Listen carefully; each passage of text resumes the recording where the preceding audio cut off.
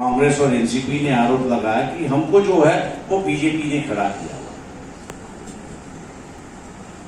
सवाल यह है कि उनको जीतना था या हारना था।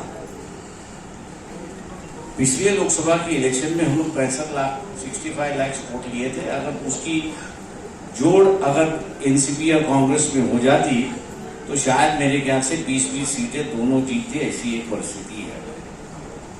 सवाल यह है कि इसमें अगर कोई तथ्य होता तो लोग हमारे पीछे नहीं होते, लेकिन कांग्रेस की जो रणनीति थी, एनसीपी की जो रणनीति उस वक्त थी, अब मेरे ख्याल से उसको पीछे छोड़ना चाहिए।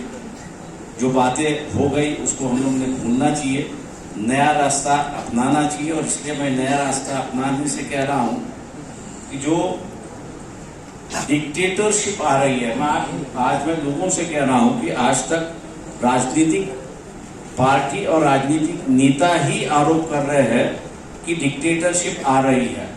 अब मैं लोगों को डिसाइड करने को कह रहा हूं कि बीबीसी की जो फिल्म है 2004 की बात है, 2 बार उसके बाद मोदी जी को प्राइम मिनिस्टर लोगों ने बना दिया। मतलब उस इंसिडेंट का लोगों पे कोई असर नहीं हुआ।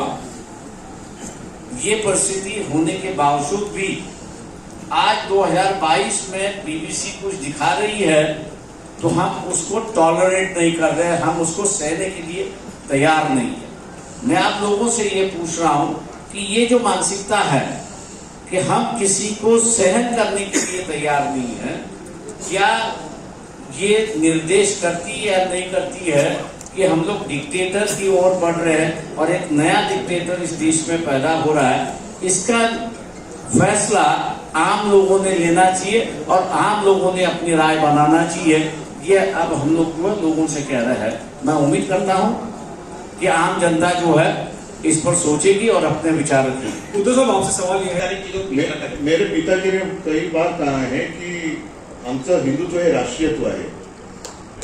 मैं कहीं अनेक बोल के मैं कोई नई बात नहीं करने जा रहा। अगर नई बात मैं करता तो बात अलग थी, लेकिन मैंने जो मेरे पिताजी ने कहा है वही बात मैं दोहराता हूँ और उसी राह पर हम चले हैं।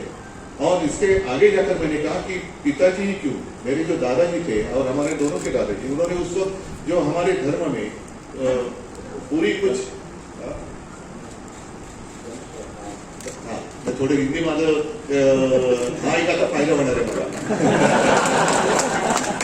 गलत प्रथा थी, उसका विरोध किया। तो हमेशा देश हित सबके सामने, पहले देश नहीं रहेगा तो हम क्या रहेंगे। आणि हिंदुत्व आमचा श्वास आहे, हिंदुत्व हे राष्ट्रीयत्व आहे, हिंदुत्व म्हणजे काय आहे हे सगळं प्रकाशजींनी ऐकलेलं आहे, वाचलेलं आहे आणि त्यांनी सांगितलेलं आहे की आता जी काही शिवसेना पुढे येते ते आम्हाला मान्य आहे।